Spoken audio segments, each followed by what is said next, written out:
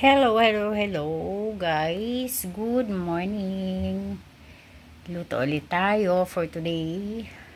Ang lulutuin ko ay ginataang malunggay, dilis. Ayan sila. Gagataan ko.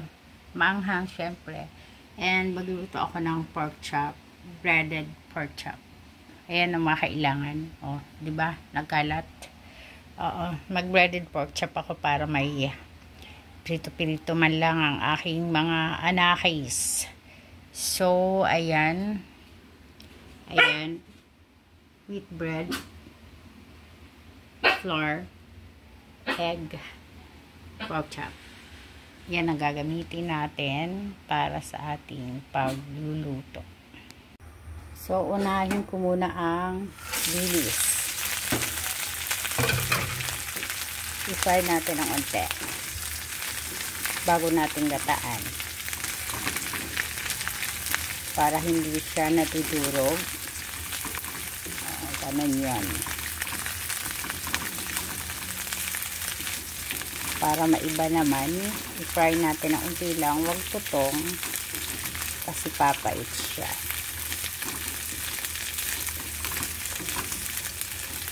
Hinay-hinay sa apoy.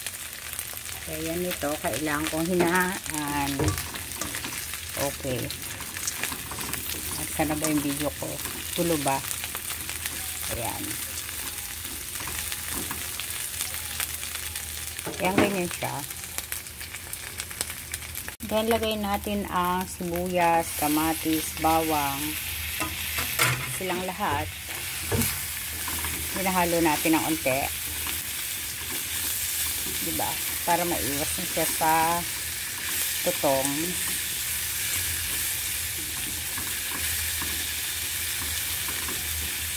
Like that. So, lalagyan natin ng gata. Ayan, may gata na. Frozen nga lang yung nalagay ko. Uy, muntik matapon. May gata kasi akong frozen. So, ilagay ko na. Diyan kung saan naman ba napupunta ang video ko. Diyan natin ang unting water. Pangit naman pag-cure. Ayan, kung ano-ano lang yung ginagawa ko sa pagluto, no? O, ganyan lang. Patunawin natin tong gata na frozen. Kasi may sobra ako nung isa. So, pag may sobra ng gata, kailangan freezer para hindi siya masira. So, ganyan lang siya. Hintay lang natin matunaw ang gata. So, ayan na siya. Tunaw na ang gata. Kulo-kulo na siya. Kailangan pag kumukulo, inahalo para hindi mamuo ang gata. Then, ilalagay natin ang ating gulay. Malunggay, ganyan, para maluto na rin,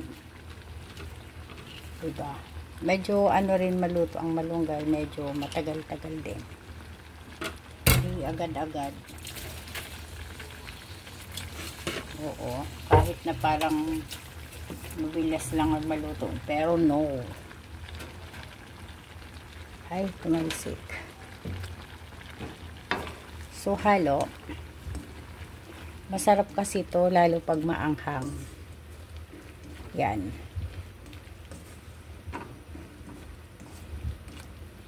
Yan, ganyan. Tapos, ilalagay natin ang ating sili. Dalabuyo.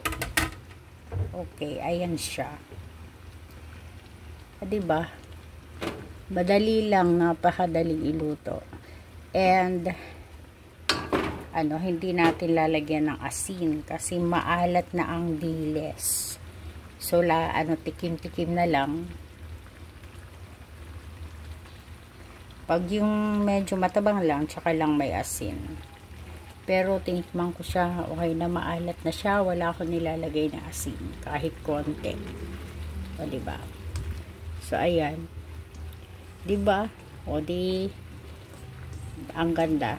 Tapos mamaya luluto ulit ako ng pork chop. Hintayin na lang natin siyang maluto.